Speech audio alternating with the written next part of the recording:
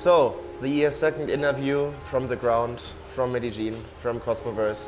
Yesterday Ethan was here, now I have the pleasure to talk once again with Sunny. Our last interview was actually about MEV. And we started to introduce the community to this very complex topic. But now we want to use our time very, very effectively and want to dive really deep into MEV. Yeah. So first of all, how are you enjoying Medellin before we do that? I am loving Medellin. I've been here for a few days, but it's like, I really like the city. Nice. The conference obviously, of course, really great too. A lot of talking. My voice is almost dead after 3 days of talking and just meeting people. Yeah. Yeah, today is also day 3, so we are coming to an end here. But yeah, let's talk about MEV. So you mentioned it like before we started recording this, the MEV panel has been the most fun one so far, I would say. At least what some people have told me. Okay.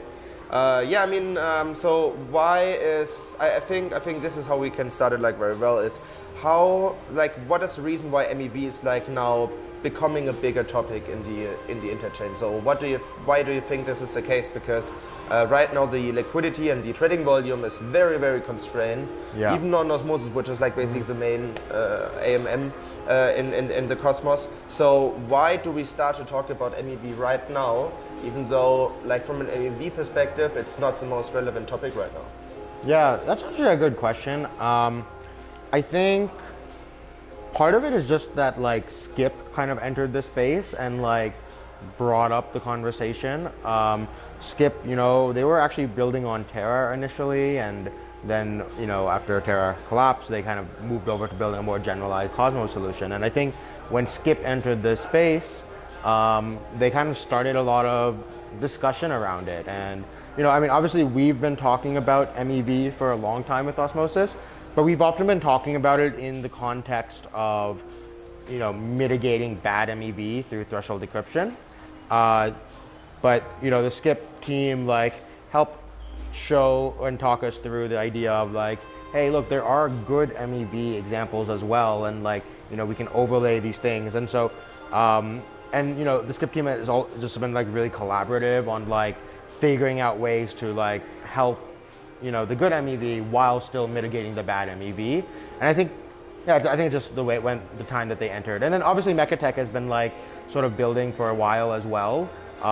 They were sort of kind of more under wraps, I guess, right? And then I guess when Skip came in and kind of like made a big splash, that kind of forced Mechatech to also like become a little bit more public. Yes, I think that's a very good conclusion. And yeah, it's like it's also like cool that this topic also gets more attention, because I think now we're in a bear market, so we can focus on solving things, because you mentioned good MEV, bad MEV. I know there's some controversy behind this meme. Some people disagree with that, but nonetheless I think that you can argue that MEV might be a certain risk for any ecosystems. We saw it in Ethereum, where users got harmed by advanced predators, according to this. Ethereum is a dark forest meme, and then there is in Cosmos the fear that MEV could lead to centralization, and there are like some approaches here and there, for example with PBS. So I've said a lot, so my question for you now is, where do you see the journey heading of MEV specifically in the interchain, and how do you feel about centralization? How do we prevent that? Are you a fan of PBS? So yeah, what are your thoughts? I am a fan of PBS, but not the way that most people think of what that means. You know, PBS, you know, stands for Proposer Block Builder Separation. Right now, today, how things work is the validator that's proposing a block, they choose the transaction. The idea of PBS is like have someone else propose or like design how the block is structured. What I think is, but who do I want to be the proposer? Is I want the blockchain protocol itself to be the decider of how transactions get ordered. What will make MEV different in Cosmos as opposed to other ecosystems, right? We have mostly app chains, and that means that we can have our application make decisions about the order of transactions in our blocks, right? Ethereum as a protocol is supposed to be this like credibly neutral protocol that like doesn't understand the applications on top of it, right? The Ethereum protocol has no ability to make decisions about ordering, and so what they have to do is they have to rely on external like block builders to do that, right? But in Cosmos, and let's say Osmosis specifically, we're an app chain.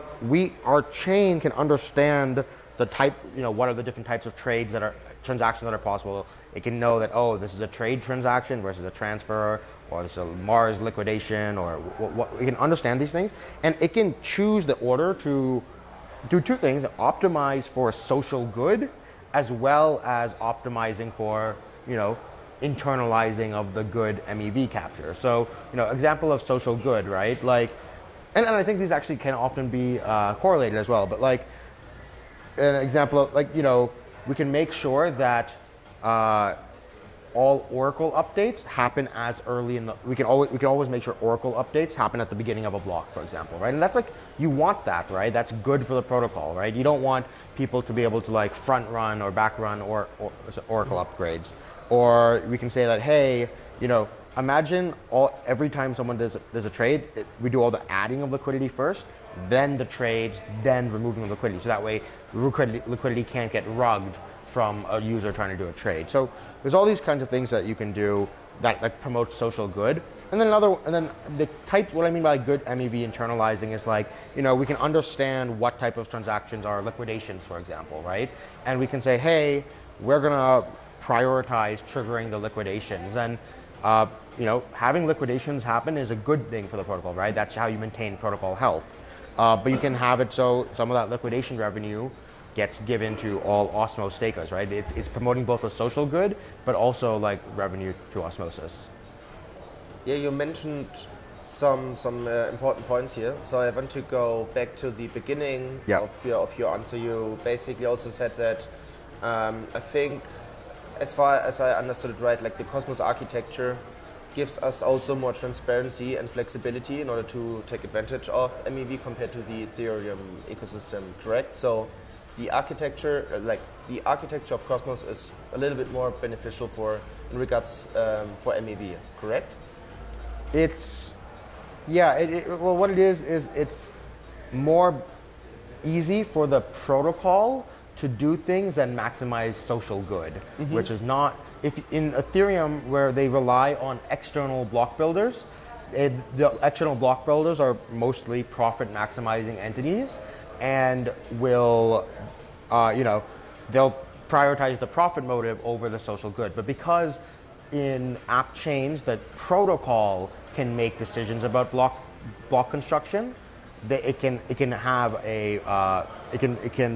add social good as a input into how it decides to build the block. Okay, I see.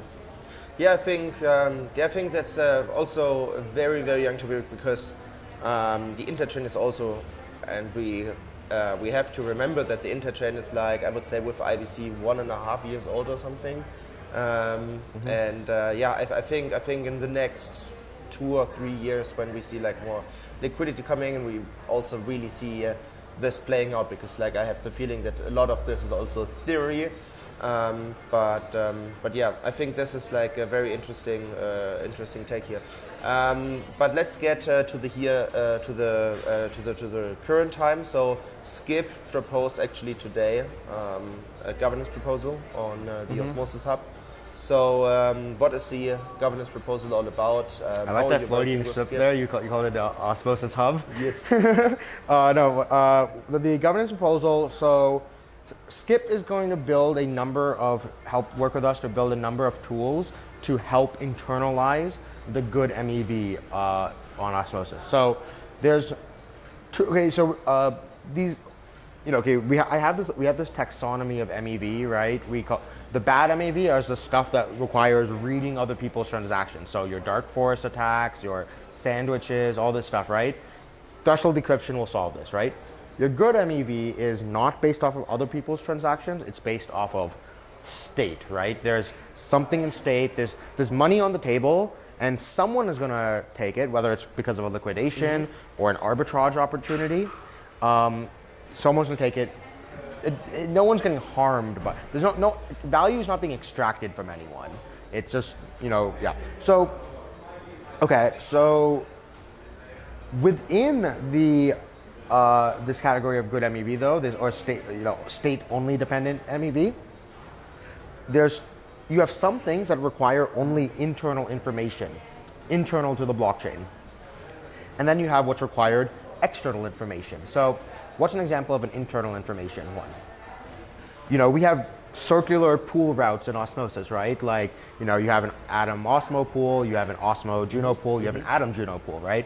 If someone trades on the Osmo Juno pool, the other two pools, there's like a slight mismatch there, right? And there's an arbitrage opportunity there. That doesn't require any external information, right? All the data required to find that arbitrage is on osmosis. So we could actually have that run in the protocol, let's say in the end blocker, or even after every trade, we can have the protocol do an automatic recalculation of the ARB and take that ARB revenue and give it to Osmo stakers. That's what Skip is proposing building. That's what that was a proposal. Then the other one is you also have things that are based off of external information. So let's say, the price of Atom on osmosis, let's say it's, I don't know, $11, but then on Binance it moved to $11.10, right? This also includes centralized exchanges. Yes, this includes centralized exchanges. So this would include one, other DEXs, but also centralized exchanges, right? But the problem is this is not internal to osmosis, right? The osmosis chain doesn't know what the price on Binance is, so it can't do that arbitrage by itself. So this is where we rely on the external arbitragers, right? Someone who, searchers like Mechatech and stuff, who can like find these, their job is basically take information from the external system and bid to be the one to execute that arbitrage. And because there's this like competitive game for people to bid to be the arbitrager, that's going to drive, so there's an auction system that happens on chain, and that's going to drive revenue to us from the revenues from that auction. So that's going to be, Skip is also going to be building that, but that's going to become in the future. They're first focusing on that first situation, which is the internal arbitrager. That's very, very amazing actually, and I think that's also, so the thing is also for us as a validator right now, we also explore some opportunities in regards if we should opt into Skip or in Mechatech, and we're like doing a lot of research. And the thing is now, here's my question for you is, I mean, this sounds super amazing, but how safe is it to do like these experiments, or how safe would it be to implement these tools? Is there a certain risk involved here? So can something, something break? I mean, there's always risk of bugs, we know. But, we've done about, honestly, over the last couple months, the osmosis team has been doing a lot of work on improving testing frameworks and making sure that there's bugs aren't happening and stuff. And so, we're very happy with much happier. I think there's obviously room to go, but we're much happier than the state of testing in osmosis 3 months ago. But also the Skip team is, they're really good at testing and back testing as well, right? What they've done is they've taken their arbitrage, I don't know if you saw, they launched this satellite.skip.money where they've calculated how much ARB volume there was historically on osmosis. So they spend a lot of time doing a lot of back testing work. And so, that's nice that's a nice way of testing. And obviously, we're not deploying this on chain next week, right? Obviously, it is a big undertaking, and there's going to be a lot of testing involved. Yeah, that's great, because for validators, it's there is a big risk for us opting in, and obviously osmosis, for example, is one of our biggest validators. I do not really want to destroy it, so there's a risk involved, and this is, I think, we had another panel yesterday at the validator meetup, and I think what Barry from Skip said very well is that validators seem to be a little bit scared of MEV, because the market is so small. We haven't tested that much yet. And we are a little bit afraid of breaking things. But speaking of Skip and Mechatech, maybe you can answer this question, as many people wonder now, okay, where's the difference now between Skip and Mechatech? Because obviously they love to have spicy panels. So why do they love to have spicy panels? I mean, are they not just two equal MEV protocols that do the same, or where would you say this is a difference? Yeah, I think Mechatech takes a much more of a free market approach to it, and like, hey, what's going to happen is going to happen.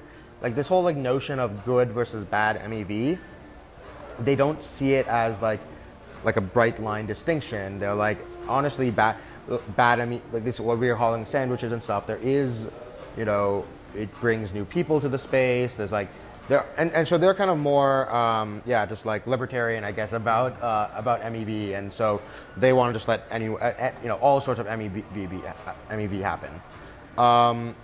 Skip, on the other hand, is a little bit more opinionated, or at least open to being more opinionated, right? And like, you know, I think we've had a lot of discussions with them over the last few months, and like, they are more interested in working with us to build on-chain solutions so that we can be opinionated and like promote social goods, while Mechatech is more like focused on the off-chain systems that you know, end up being driven a little bit more by the profit motive of the searchers, right? And I think, you know, I mean, okay, I'll be completely honest. Obviously, I think it's obvious that I have a slight preference for the skip model, but I think there's room for both, right? Because I think that even when you have the auction system on chain, now you still need off-chain searchers and like aggregators of searchers, right? And I think Mechatech will be like one of the biggest searchers and aggregator of searcher data.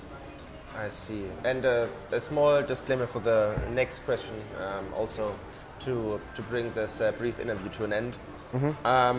So you mentioned a couple of times good versus bad MEV, and I know that this is a meme that also Skip pushed very hard. Mechatech is criticizing this meme. Yeah. And again, disclaimer, like I don't have a preference right now for one of them, because I think I really have to do like much more research here. But for me, like from a very broad perspective, MEV is short for maximal extractable value. And I don't really get this meme where you say, okay, you have good MEV and you have bad MEV. For me, it's like there's block space. It's like an invention. I mean, for example, I could, like the car was also an invention. I can go into a car to drive to the supermarket, or I can, you know, kill people with it, like theoretically. Yeah. So do you maybe believe that, like, from a philosophical point of view, that maybe the problem is not MEV itself, but like maybe it's like sandwiching attacks? I mean, of course, it has something to do with MEV, but MEV is like just block space. So maybe it's a problem somewhere else, so to say. So the term MEV is a terrible term. It stands for minor extractable value. So first of all, we don't have miners, so that doesn't matter. And it's also, I think the term extractable is not the right word. It's, I don't know what the right word is, but how I define MEV, I have a talk that I gave at the Flashwatch team. I held this thing called MEV WTF a couple of months ago, and I talked about the taxonomy of MEV.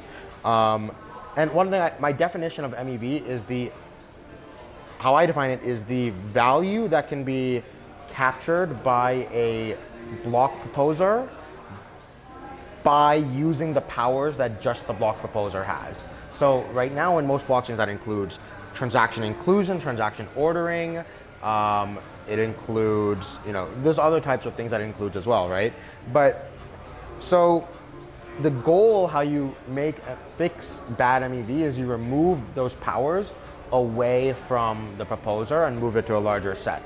Now, okay, so to the point about the philosophical basis of like good versus bad MEV, once again, I think bad MEV is when you are doing things based off of reading other people's transactions before they execute.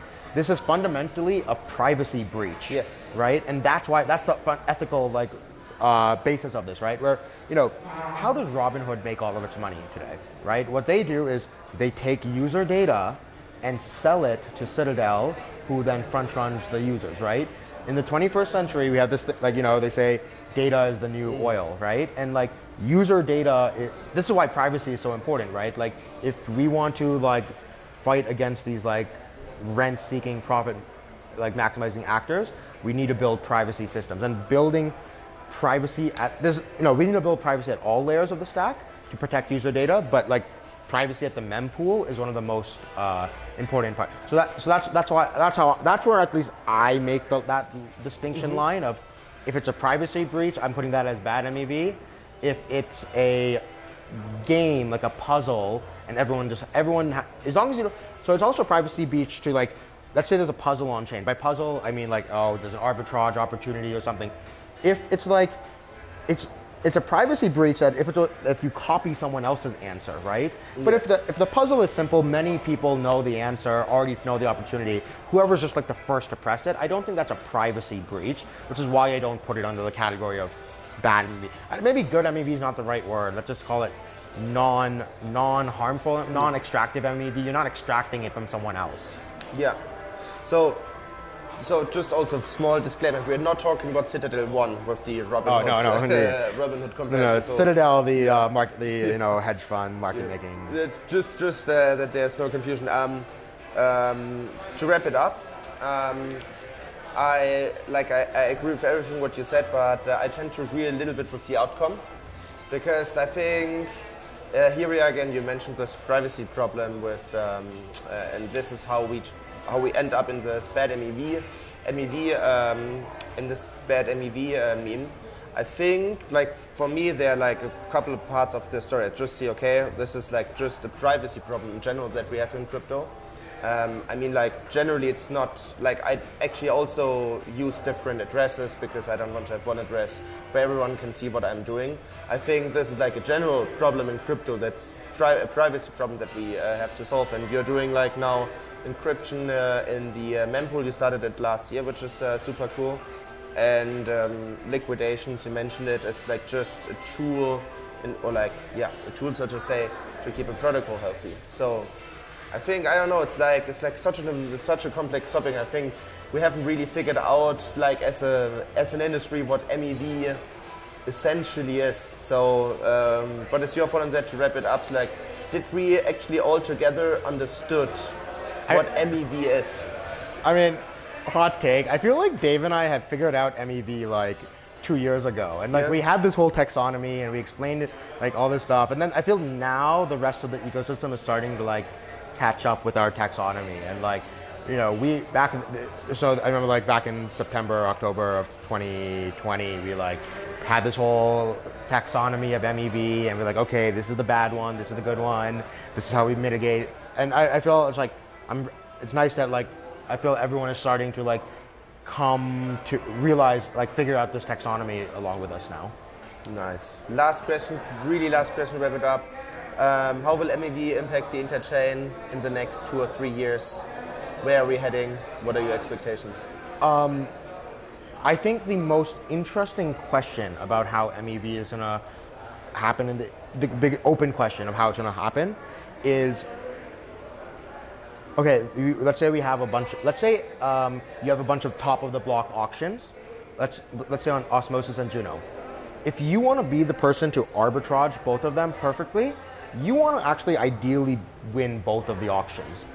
Are we going to move to a world where all Cosmos chains that have like a auction system, a unified auction system, where like you are bidding to be the top of the block on atomically on both Osmosis and Juno, and if not, then you don't go to, you know, there's that world? Or are all chains going to have their own parallel auctions, and you know, it's a game to figure out who can win multiple auctions at the same time?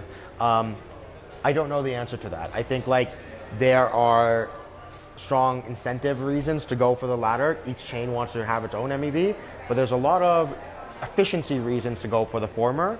And like, how is this going to play out? Is there going to be, or maybe there's going to be some combination of the two, where maybe there's like some sort of joint auction, but like a revenue split amongst the chains. Like that, I think, is the most interesting open question that I don't know the answer to, and I think will be discovered. It will be discovered. It will be discovered in the next 2 or 3 years, I guess. Yeah. Sunny, thank you so much. This was a very eye-opening conversation. And yeah, if you want to learn more about MEVs, we have like so many episodes recorded already. Check it out. And with that said, I hope I will see you soon. Thank you.